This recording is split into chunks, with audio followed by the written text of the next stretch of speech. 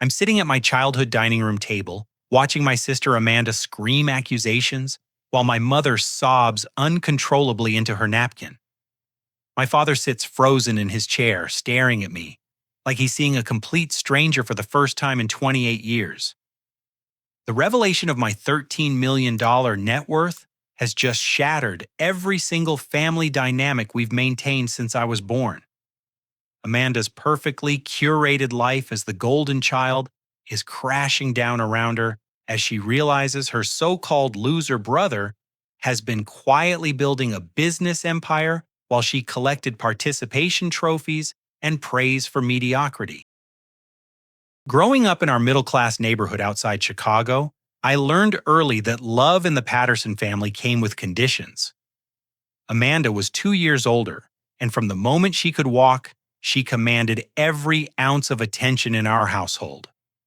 While I spent afternoons hunched over computer programming books I checked out from the public library, Amanda practiced cheerleading routines in our living room to an audience of adoring parents. The pattern established itself before I turned 10. Amanda would bring home a report card with 3 B's and 2 C's, and my parents would celebrate with dinner at her favorite restaurant. I'd present straight A's in advanced mathematics and science courses, only to hear Dad say something like, "That's nice, Colin." Amanda tell us more about making the junior varsity squad. By high school, the disparity became almost comical.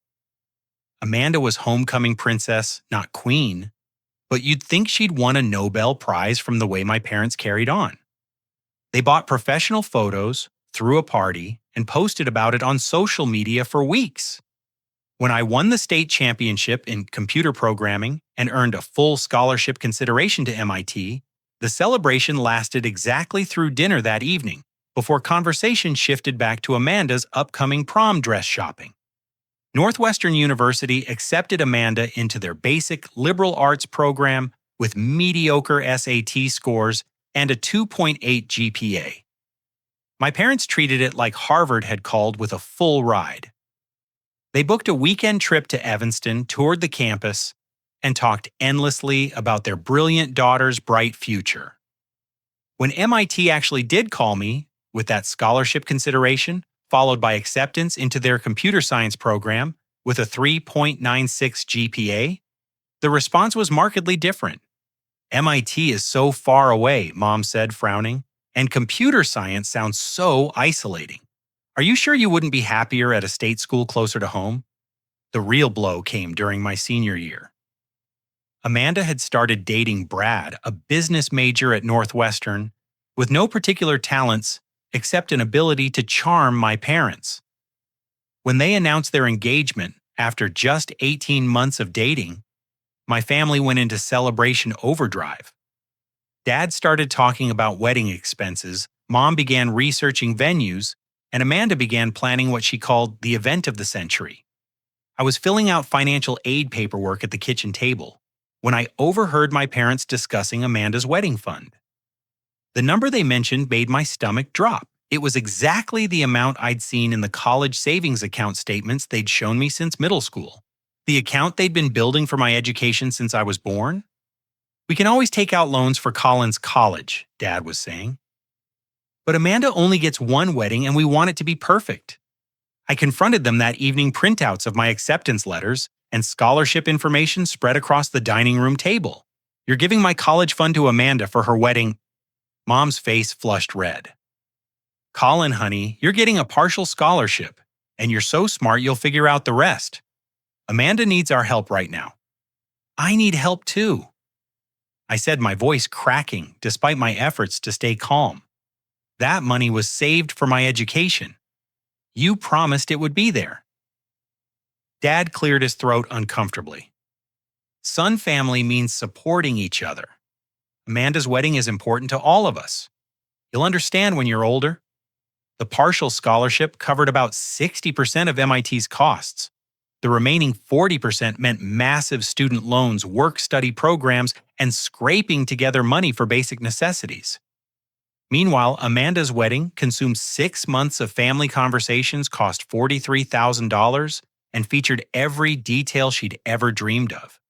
I watched from the cheap seats as my college fund paid for ice sculptures, premium open bars, and a 7-course dinner for 200 guests. Amanda looked radiant in her custom dress, while I calculated how many semesters of meal plans that dress could have purchased. The worst part was listening to relatives congratulate my parents on their generosity, while I smiled and pretended everything was perfectly normal. During my freshman year at MIT, I worked 25 hours a week at the campus computer lab while carrying a full course load. Amanda called home every few days to chat about sorority events, shopping trips, and weekend parties. My parents hung on every word of her social adventures, while my updates about academic achievements, programming competitions, and internship opportunities received polite but brief responses. "That's wonderful, Colin," Mom would say when I described landing a competitive summer position at a Boston tech startup. Amanda just joined the social committee for her sorority's charity gala. Isn't that exciting? The dismissive attitude toward my computer science pursuits became a running theme. When I tried explaining the software I was developing or the algorithms I was working on, my family's eyes would glaze over with boredom. Amanda's stories about campus drama, boyfriend troubles, or shopping discoveries commanded their full attention for hours. By my sophomore year, I stopped sharing details about my academic life. What was the point? They'd made their priorities crystal clear, and I wasn't among them. MIT's computer science program challenged every assumption I had about my own capabilities. Surrounded by brilliance from every corner of the world, I discovered that my small-town programming skills were just the beginning of what I could accomplish. While Amanda posted Instagram photos of her picture-perfect college social life, I spent nights in the lab developing my first mobile application. The app started as a solution to a problem I faced daily. Coordinating study groups across different schedules and locations was a nightmare for busy students. My application streamlined the process, allowing users to find compatible study partners based on courses' availability and learning styles. What began as a personal project evolved into something much bigger when other MIT students started requesting access. Within 6 months, 10,000 students across 15 universities were using my app. Within a year, that number hit 50,000. I was processing user feedback, implementing new features, and handling server management from my cramped dormitory room while maintaining a 4.0 GPA in my major. Home visits during breaks became exercises in selective listening. I'd attempt to share updates about my application's growth and user base, only to watch my parents' attention immediately shift when Amanda arrived with stories about her latest boyfriend or sorority activities. During one particularly memorable Thanksgiving, I explained how my app had attracted the attention of several venture capital firms interested in funding expansion. "That's nice, sweetheart," Mom interrupted. "Amanda, tell us about this new boy you're dating. What's his major?"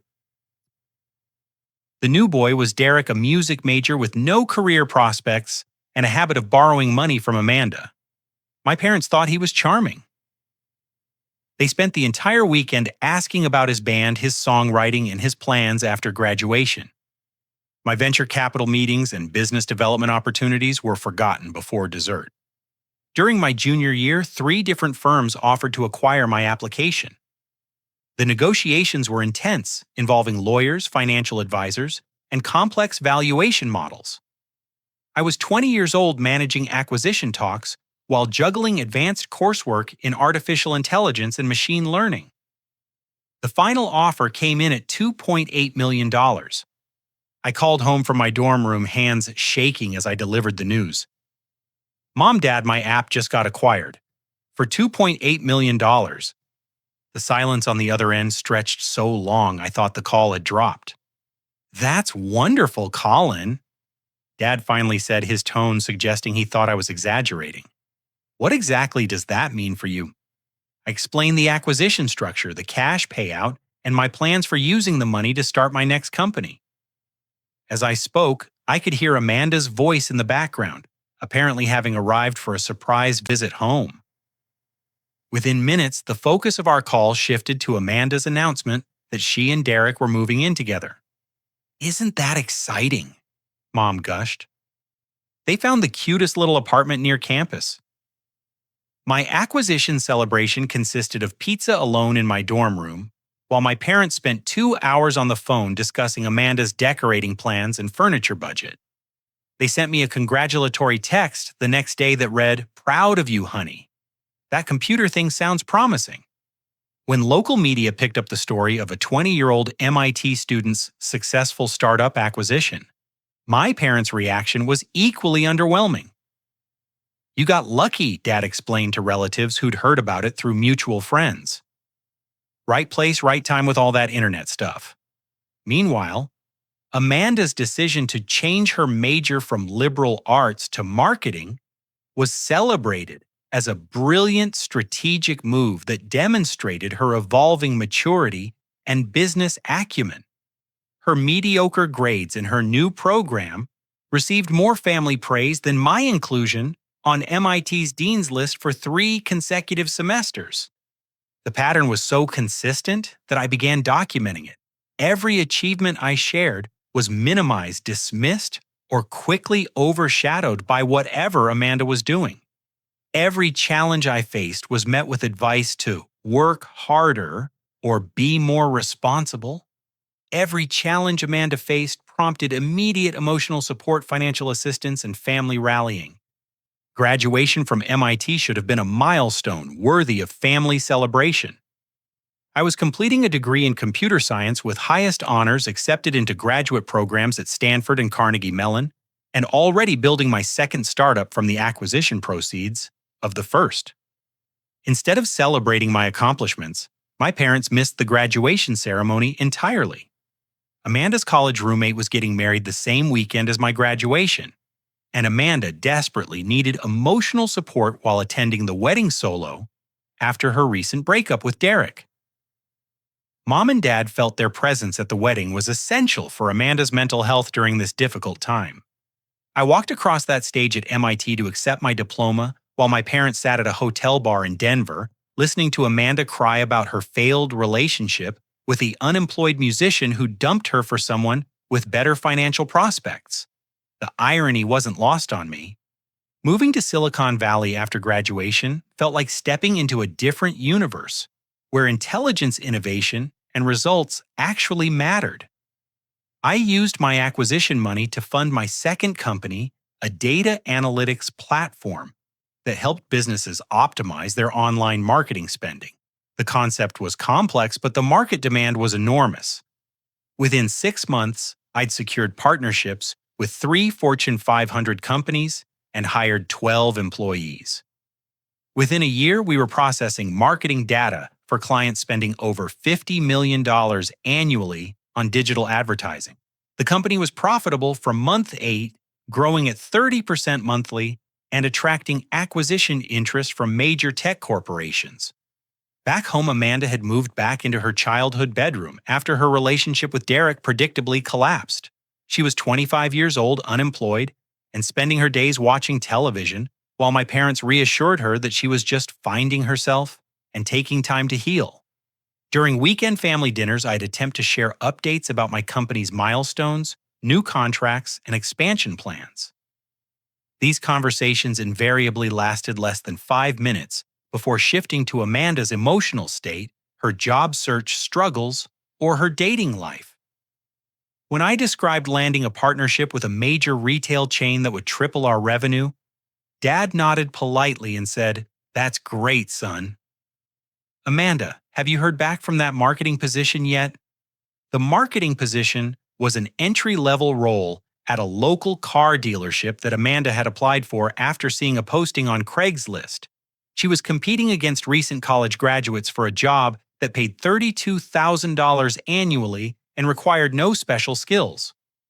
My company was on track to generate $8 million in revenue that year, but Amanda's potential car dealership job dominated family conversations for weeks. I purchased a penthouse apartment in downtown San Francisco with panoramic views of the Bay and Golden Gate Bridge. The 3-bedroom, 3-bathroom space cost $1.4 million featured floor-to-ceiling windows, and came with concierge services and a rooftop deck. When I shared photos with my family, the response was lukewarm. "Seems expensive," Mom commented. "Are you sure you can afford all that space?" Meanwhile, Amanda's decision to move back home at 25 was praised as a smart financial choice that demonstrated her commitment to saving money and planning for her future. Her childhood bedroom, unchanged since high school and decorated with cheerleading trophies and boy band posters, was described as cozy and practical. The cognitive dissonance was staggering.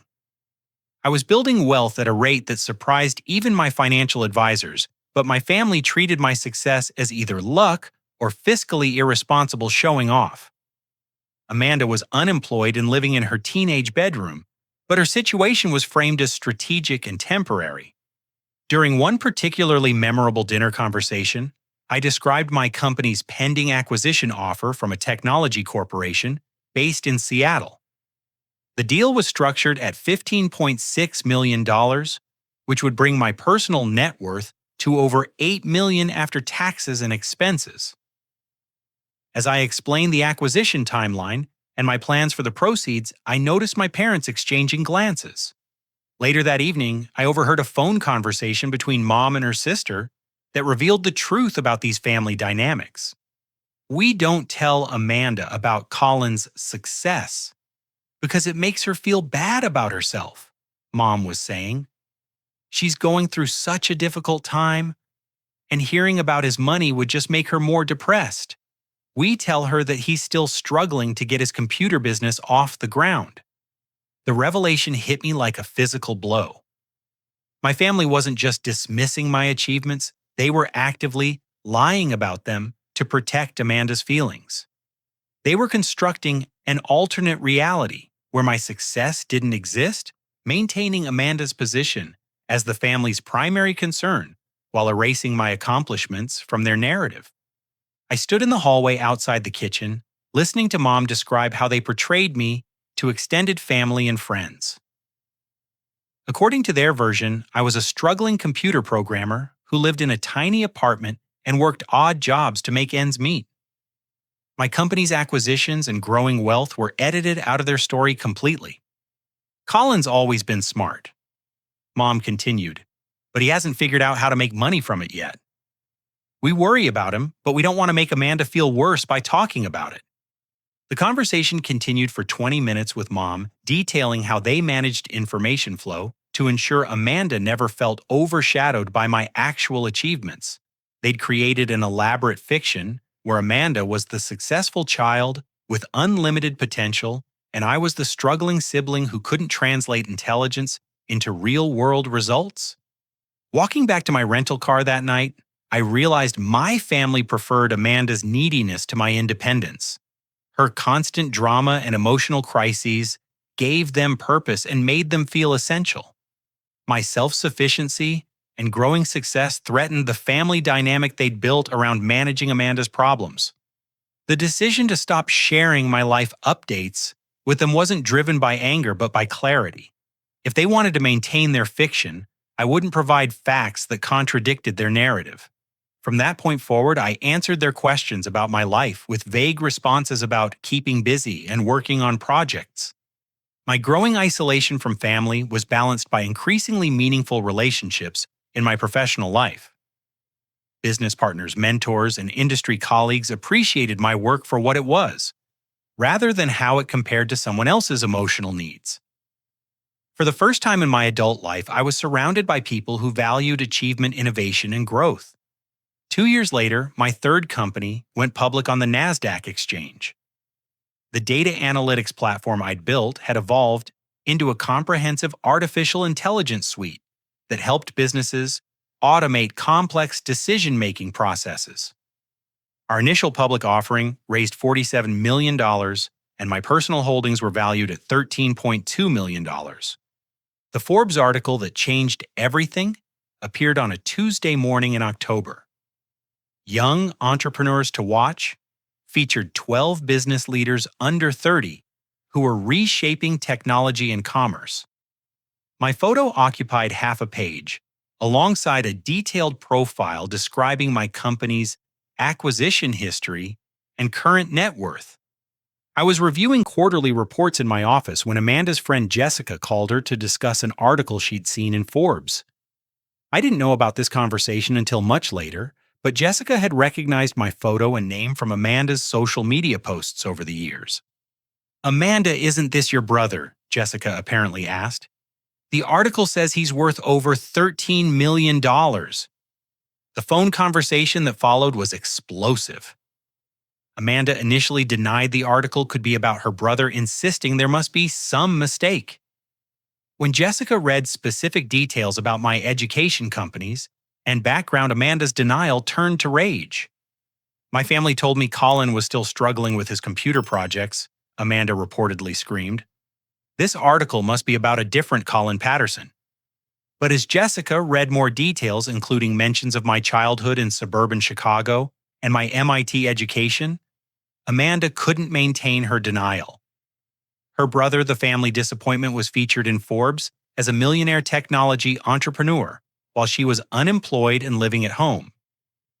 The first indication I had of Amanda's discovery was a text message that arrived at 11:30 that Tuesday night.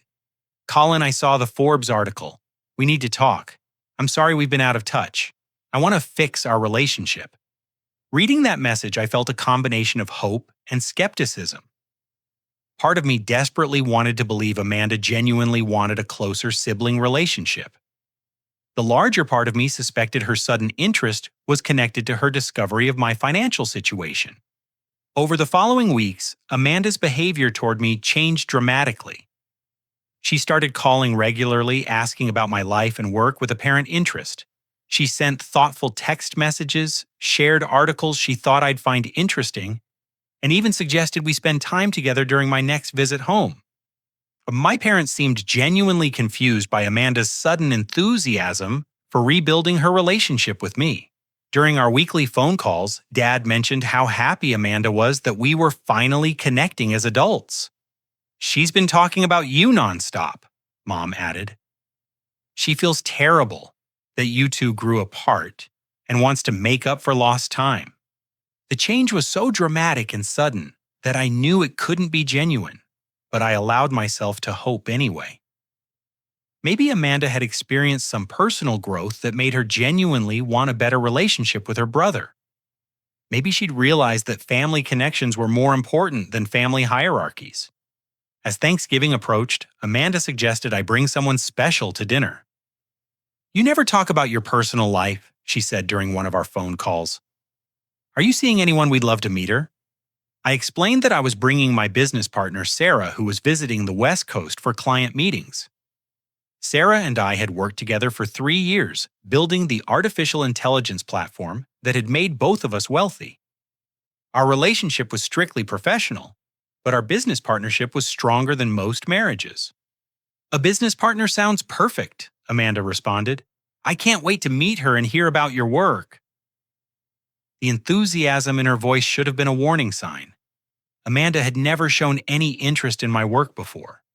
Her sudden curiosity about my business activities and personal life felt calculated rather than natural.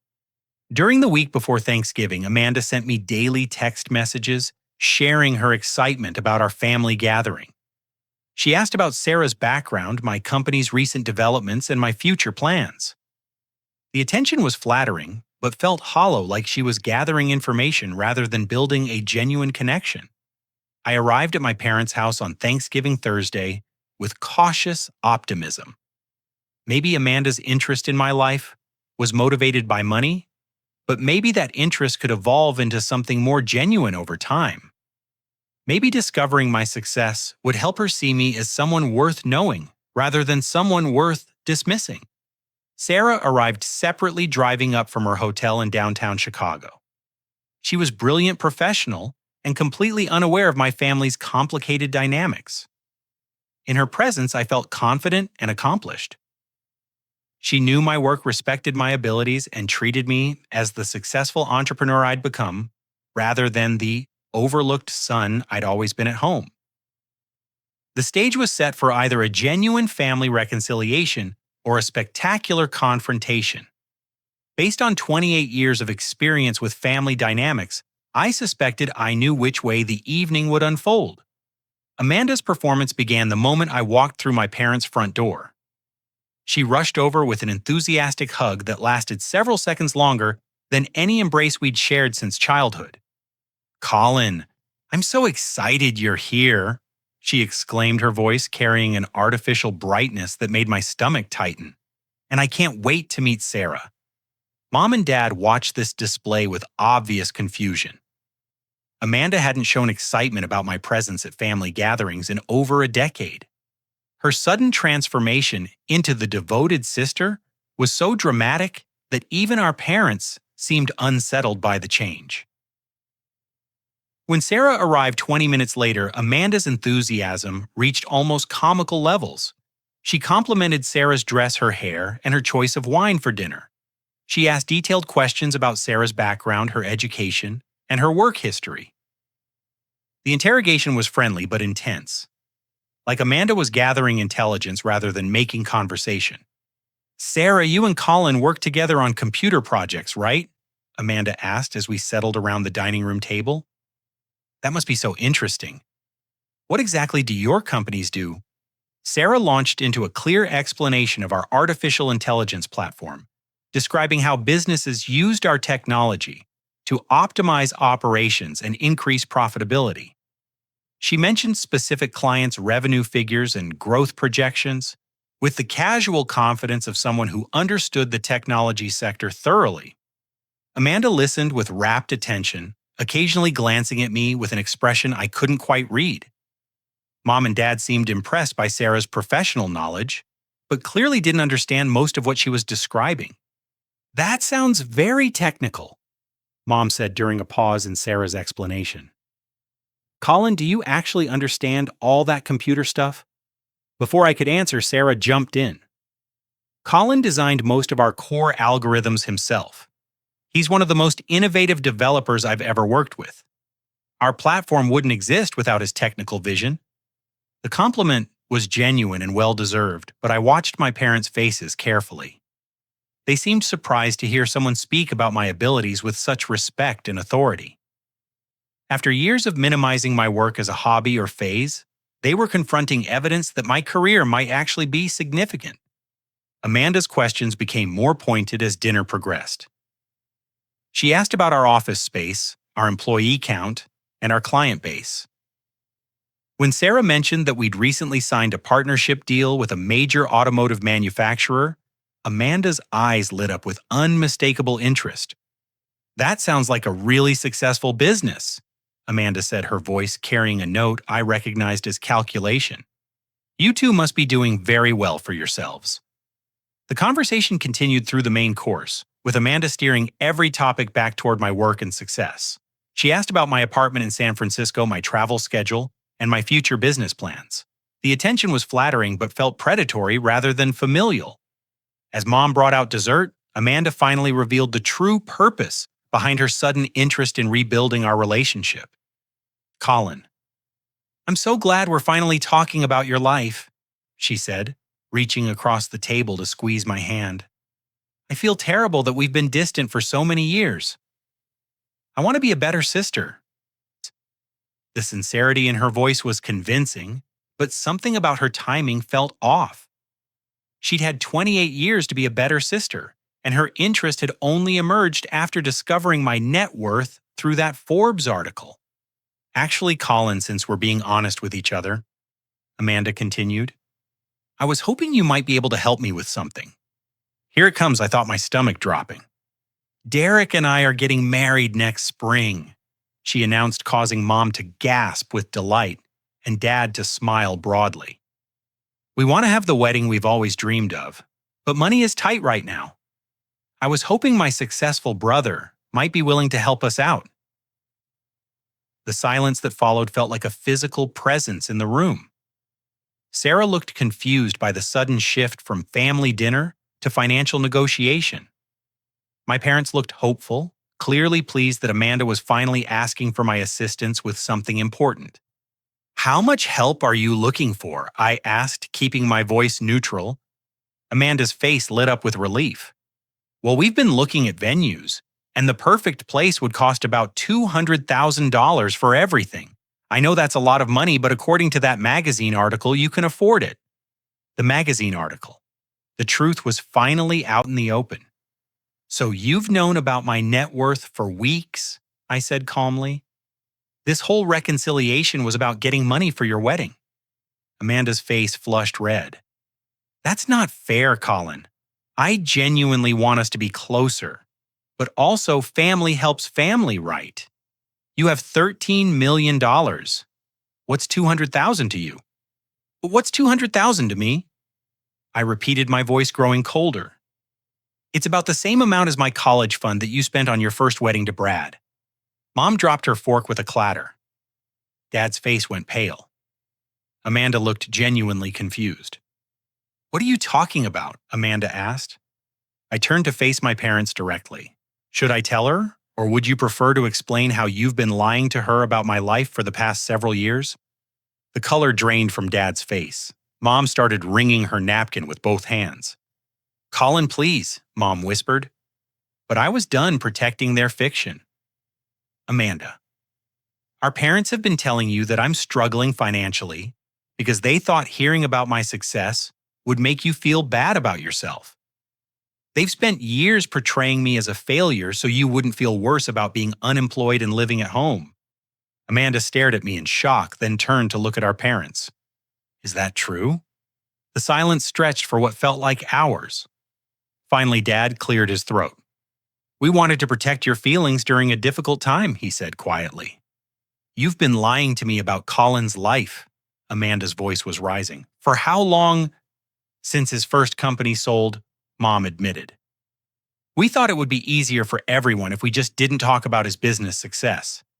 Amanda's face cycled through confusion, anger, and humiliation. She'd built her self-perception partly on the belief that her brother was less successful than she was, and that foundation was crumbling in real time. So, when I've been telling friends that my brother was still trying to figure out his career, Amanda said slowly, he was actually a millionaire. We didn't want you to feel bad, Dad repeated weakly. Sarah looked like she wanted to disappear. This family confrontation was far more intense than she'd bargained for when she'd agreed to attend Thanksgiving dinner. Amanda stood up abruptly, her chair scraping against the hardwood floor. You made me look like an idiot. You let me embarrass myself for years while protecting me from the truth about my own brother. She turned to face me, her eyes filling with tears. And you. You knew they were lying to me and you never said anything. Why would I asked. You never showed any interest in my actual life. You were content believing I was a failure because it made you feel better about your own situation. That's not fair, Amanda protested. Isn't it? I challenged. When was the last time you asked about my work before you found out I was worth $13 million? When was the last time you called me just to talk without needing something? When was the last time you showed up to any event that mattered to me? Amanda opened her mouth to respond, then closed it again. We both knew the answer. I graduated from MIT with highest honors. I continued. You missed the graduation because you needed emotional support at someone else's wedding. I've built 3 successful companies. You've never asked to hear about any of them. I bought a home I'm proud of. You've never bothered to visit. My voice was rising now, years of frustration, finally finding an outlet. The only reason you're here tonight asking about my life and pretending to care about our relationship is because you found out I have money you want. Amanda started crying, but I wasn't finished. And the worst part is that Mom and Dad enabled all of this. They spent years telling you lies about my life because they thought you were too fragile to handle the truth.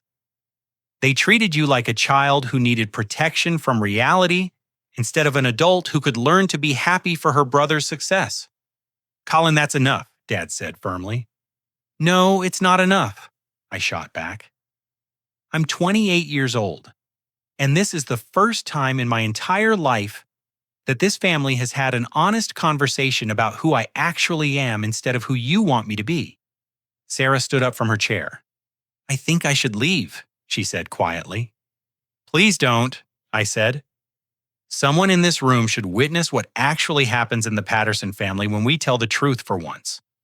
I turned back to Amanda, who was still standing by her chair, tears streaming down her face. You want $200,000 for your wedding to Derek, the same Derek who dumps you whenever he finds someone with better financial prospects. The same Derek who's been unemployed for 3 years and spends your money on equipment for his band that's never going to make it. You don't know anything about Derek, Amanda sobbed. I know he's marrying you because he thinks your rich brother will fund your lifestyle, I replied. Just like I know this whole reconciliation was a setup to get money out of me. Mom finally found her voice. Colin, we raised you better than this. Family helps family. You're right, I agreed. Family does help family. But this isn't my family asking for help. This is a group of people who've spent decades treating me like a disappointment, suddenly realizing I might be useful to them. I stood up from my chair and looked around the table. I've spent my entire adult life hoping you'd see me as someone worth knowing instead of someone worth fixing or ignoring. I thought tonight might be different. I thought Amanda's interest in my life might be genuine. It is genuine, Amanda protested weakly. Then prove it, I said. Have dinner with me next month without asking for money. Call me in 6 months just to check how I'm doing. Show up to something that matters to me without needing emotional support or financial assistance. I pulled my car keys out of my pocket. But I'm not holding my breath. This family has made its priorities clear for 28 years. I'm done pretending things are going to change. Sarah followed me toward the front door, but I paused in the hallway to deliver one final observation. The saddest part about tonight is that if you'd just been honest with me from the beginning, I probably would have helped with the wedding. I've been waiting my whole life for this family to treat me like someone who belongs here. Instead, you chose manipulation over honesty, and now you get neither the money nor the relationship you wanted. I walked out of my childhood home for what I knew would be the last time, leaving behind 28 years of dysfunction and disappointment. Sarah followed silently, and we drove away from the house, where I'd learned that love came with conditions, and success was only valuable if it served someone else's needs. The weekend following Thanksgiving passed in blissful silence. I spent Saturday hiking in Muir Woods surrounded by ancient redwoods that put family drama into proper perspective. Sunday involved coffee, financial planning, and a book I'd been meaning to read for months.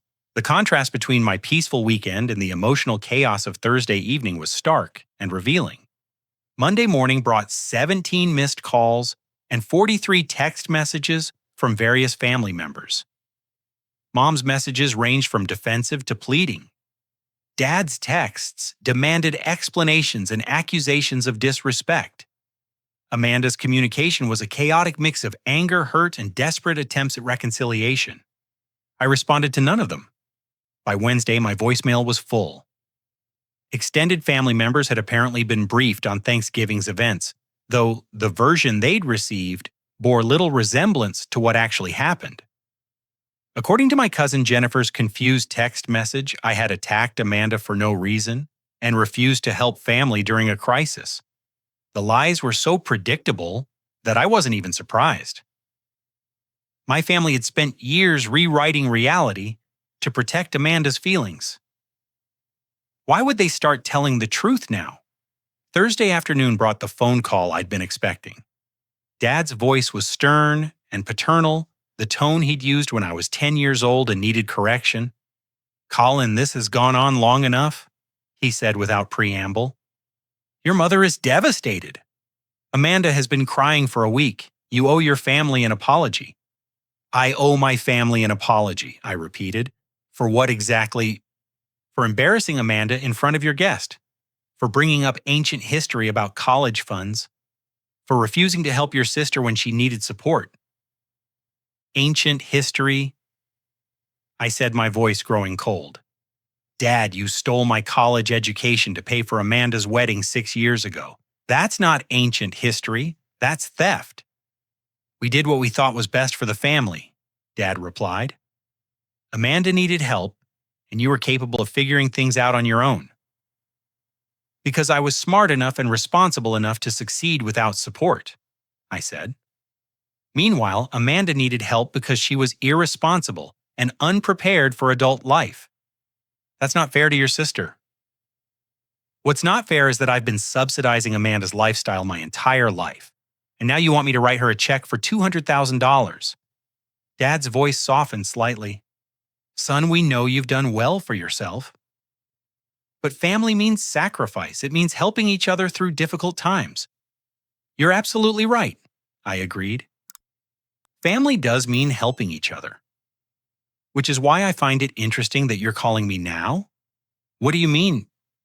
I took a deep breath before delivering the information that would end our relationship permanently. Dad, do you remember having chest pains last spring, the emergency room visit, that led to cardiac testing and follow-up appointments? Of course, he said, confusion evident in his voice.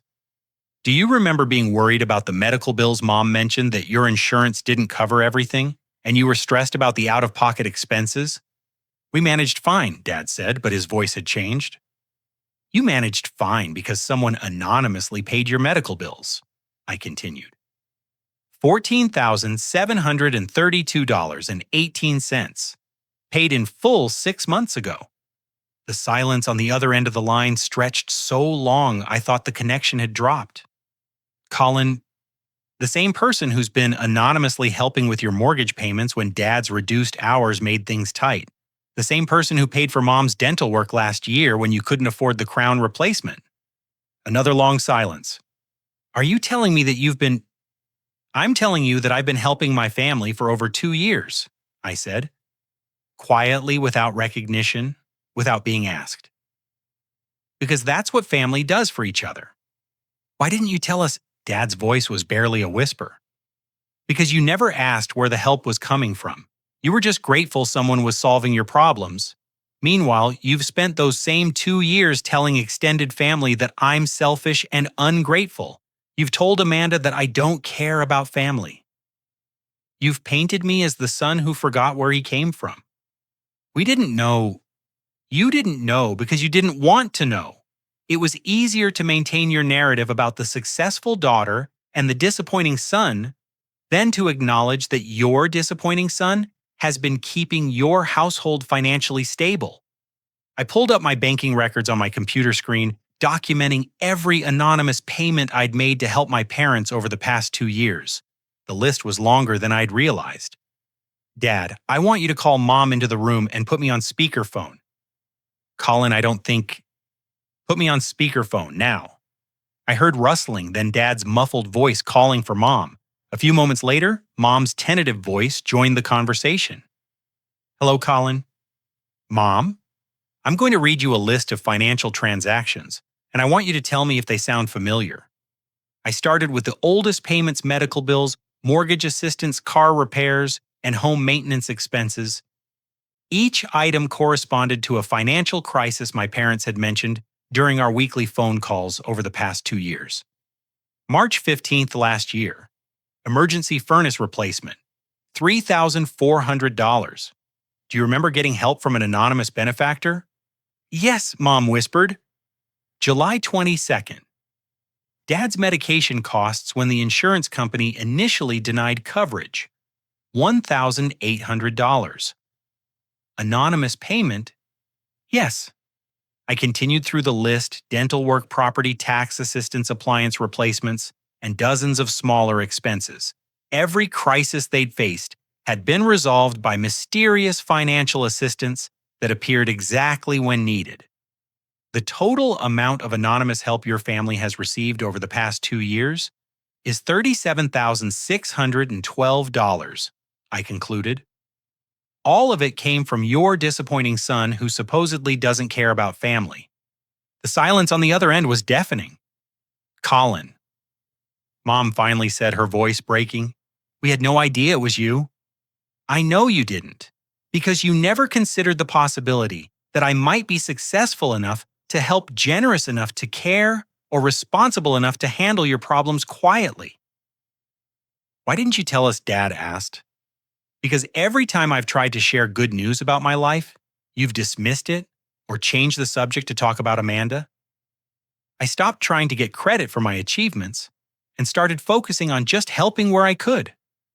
But Amanda doesn't know about any of this, I interrupted, which means her sudden interest in my wealth has nothing to do with gratitude for family support and everything to do with wanting money for a wedding. I could hear Mom crying softly in the background.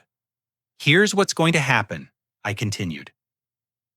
I'm going to email you bank records documenting every payment I've made on your behalf. I want you to share those records with Amanda so she understands exactly how her selfish brother has been treating family for the past 2 years. Colin, please. I also want you to explain to extended family that your financial stability over the past 2 years has been possible because of help from the son you've been criticizing for not caring about family. I know you never meant to hurt me, I said, my voice softening slightly. But intent doesn't change impact. You've spent years protecting Amanda's feelings at the expense of our relationship. You've maintained a fiction about my life that made it impossible for us to have an authentic connection. Mom's crying had intensified. I want you to understand something clearly, I continued. I love this family. I've loved this family enough to support it financially, even when it didn't support me emotionally. But I won't continue enabling dysfunction. What does that mean? Dad asked. It means no more anonymous help, no more financial assistance without acknowledgement. If you want my help in the future, you'll have to ask for it honestly and treat me like a family member whose contributions matter. We can do that, Dad said quickly. Can you? I asked, because that means treating Amanda like an adult who can handle hearing about my success without falling apart. It means admitting to yourselves and to her that your golden child is 30 years old, unemployed, and living at home, while your disappointment has been quietly keeping your family financially stable. The conversation ended with promises to think carefully about family dynamics and commitments to having more honest communication going forward. I knew these promises were sincere but doubted they would lead to lasting change. Some patterns are too deeply ingrained to alter through a single confrontation, no matter how revelatory the information might be. 6 months passed before Amanda reached out again, but when she did, everything had changed. The letter arrived on a Tuesday afternoon in May, handwritten on simple notebook paper rather than the decorated stationery she'd favored since high school. Her handwriting looked different too, less flowery and more direct. Colin. It began. I've been in therapy for 4 months, and I'm finally ready to write this letter. The admission surprised me. Amanda had always dismissed therapy as something for people who couldn't handle their problems independently. Her willingness to seek professional help suggested growth I hadn't expected. I want to start by acknowledging how wrong I was about everything, not just at Thanksgiving, but for years before that. I treated you terribly, and I convinced myself it was justified because I didn't understand who you really were. She went on to describe therapy sessions where she'd been forced to confront her own entitlement, jealousy, and dependence on family drama for attention and purpose. The letter was 3 pages long and painfully honest about patterns I'd recognized but never expected her to acknowledge. I broke up with Derek 2 weeks after Thanksgiving, she wrote.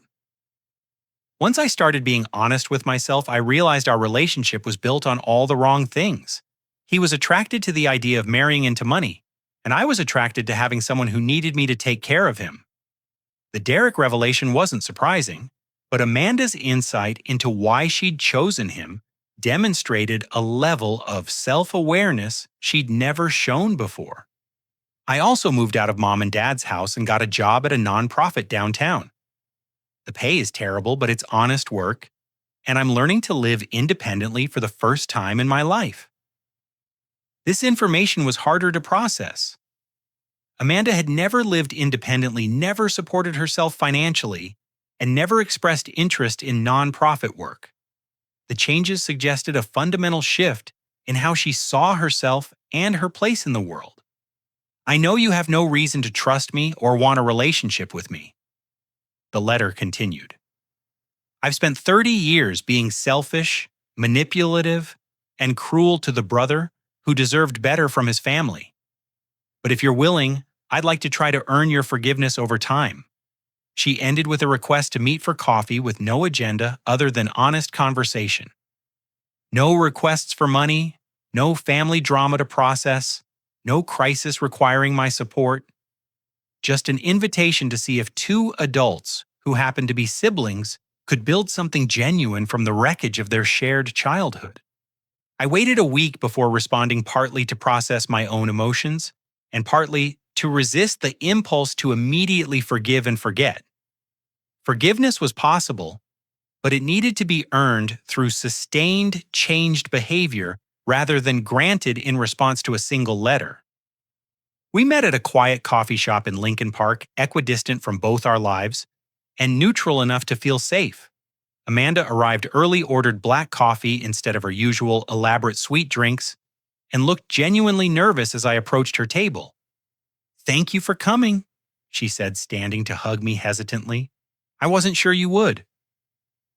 "I wasn't sure either," I admitted. For the next 2 hours, we had the most honest conversation of our lives. Amanda talked about her therapy revelations, her struggles with living independently, and her growing understanding of how family dynamics had shaped both of our personalities. She asked thoughtful questions about my work, my life in San Francisco, and my plans for the future. Most importantly, she listened. When I described the loneliness of building companies while feeling invisible to my own family, she didn't interrupt or redirect the conversation to her own experiences. When I explained how painful it had been to discover their lies about my life, she acknowledged the hurt without making excuses. "I want to understand something," I said toward the end of our conversation. "What changed? Why are you willing to do this work now when you weren't interested before?" Amanda considered the question carefully before answering. "I think I was terrified of not being special," she said. "Being the family favorite was my entire identity. When I found out you were successful, I felt like I was disappearing. But you're willing to risk that now. I'm willing to risk it because I realize that being the favorite in a dysfunctional family isn't actually an achievement," she replied. "It's just being the person everyone else has to manage their lives around. That's not special. It's exhausting for everyone involved." The insight was profound and suggested that Amanda was developing genuine wisdom rather than just repeating therapy talking points. Our coffee meeting led to monthly lunches, which evolved into regular phone conversations and eventually genuine friendship. Amanda's growth wasn't immediate or linear, but it was consistent. She struggled with independent living, made mistakes at her nonprofit job, and occasionally fell back into old patterns of expecting special treatment. But she also caught herself apologized when appropriate and continued working to become someone worthy of the relationships she wanted to build. Meanwhile, my relationship with my parents required more deliberate reconstruction. Dad had suffered a mild heart attack in March, and their medical expenses were mounting again despite insurance coverage. This time, when they needed help, they called me directly. "Colin, we're struggling with these hospital bills," Dad said during a Sunday phone call. "We know you've helped us before, and we're hoping you might be willing to help again." The request was honest, direct, and accompanied by genuine gratitude for past assistance. I agreed to cover their medical expenses, but I also insisted on family therapy sessions to address the underlying patterns that had created decades of dysfunction. "We hurt you badly," Mom acknowledged during our third therapy session. "We were so focused on protecting Amanda that we forgot you needed protection too. We were afraid of your independence," Dad added. "Amanda's neediness made us feel important. Your success made us feel irrelevant." The admissions were painful, but necessary. Through months of guided conversations, my parents began to understand how their favoritism had damaged both of their children. Amanda had been robbed of opportunities to develop resilience and self-sufficiency. I had been robbed of unconditional family love and support. By Christmas that year, our family gatherings looked completely different. Amanda hosted dinner at her small apartment, proud to show off her independent life and modest accomplishments. My parents asked thoughtful questions about my work and listened to my answers without comparison to anyone else's situation. Conversations were honest, supportive, and free of the manipulation that had characterized our interactions for decades. I brought Sarah to Christmas dinner as my friend and business partner, and she was welcomed genuinely rather than interrogated for information. The evening ended with Amanda asking about my travel plans and expressing interest in visiting San Francisco to see my life there. I'd like that I told her, and for the first time in years, I meant it completely. As I reflect on this transformation, 18 months later, I'm amazed by how much can change when people commit to honesty and growth. My family isn't perfect, but it's authentic now in ways it never was during my childhood. Amanda has become someone I'm proud to call my sister, not because of her achievements, but because of her character development and genuine care for others. My parents have evolved into people who can celebrate my success without diminishing anyone else's support Amanda's independence, without enabling her dysfunction, and acknowledge their mistakes without falling apart from guilt. The most satisfying part of this journey has been realizing that I didn't need to choose between family relationships and personal boundaries. By insisting on honesty and refusing to accept manipulation, I helped create the family dynamic I'd always wanted instead of settling for the one I'd inherited. Today I'm 30 years old and worth over $20 million through continued business success and smart investments. But more importantly, I'm surrounded by people who value me for who I am rather than what I can provide for them. My family relationships are based on mutual respect and genuine affection rather than guilt manipulation and carefully managed information.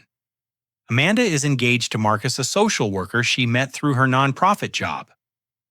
Their relationship is built on shared values and genuine partnership rather than financial convenience. When they announced their engagement, they specifically said they wanted a small ceremony focused on commitment rather than spectacle. I offered to contribute to their wedding expenses, and they gratefully accepted reasonable help rather than demanding extravagant support. My parents have become people I enjoy spending time with, people who ask thoughtful questions and offer meaningful support. They've learned to see both their children as complete individuals rather than projects to be managed or problems to be solved.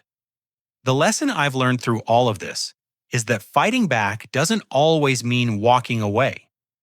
Sometimes fighting back means demanding better from the people you love and refusing to accept less than you deserve. Sometimes it means creating consequences for destructive behavior while leaving space for growth and redemption.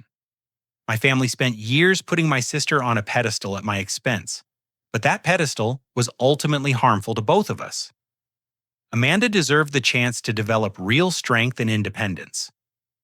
I deserved the chance to be seen and valued for my actual contributions and character. When the truth came out at that Thanksgiving dinner, it shattered comfortable lies and forced everyone to confront reality. The confrontation was painful, but it created space for authentic relationships to develop. Fighting back by demanding honesty and accountability didn't destroy my family, it saved it. Have you ever been in a situation where your family's treatment of you was so unfair that you had to choose between protecting yourself and keeping the peace? Sometimes standing up for yourself is the most loving thing you can do, both for yourself and for the people who need to learn how to treat you better. It takes courage to demand what you deserve, but it's worth it when you end up with relationships built on truth instead of comfortable lies. If this story resonated with you, I'd love to hear your thoughts in the comments below. Have you experienced similar family dynamics? How did you handle situations where you had to choose between being appreciated and being taken advantage of? Please like this video if it touched you. Subscribe for more stories about overcoming family challenges, and share it with anyone who might need to hear that they deserve better treatment from the people they love. Thank you for listening to my story, and remember that you have the power to demand authentic relationships built on respect rather than settling for ones based on obligation or guilt. Sometimes the family you deserve is the one you create by refusing to accept less than your worth.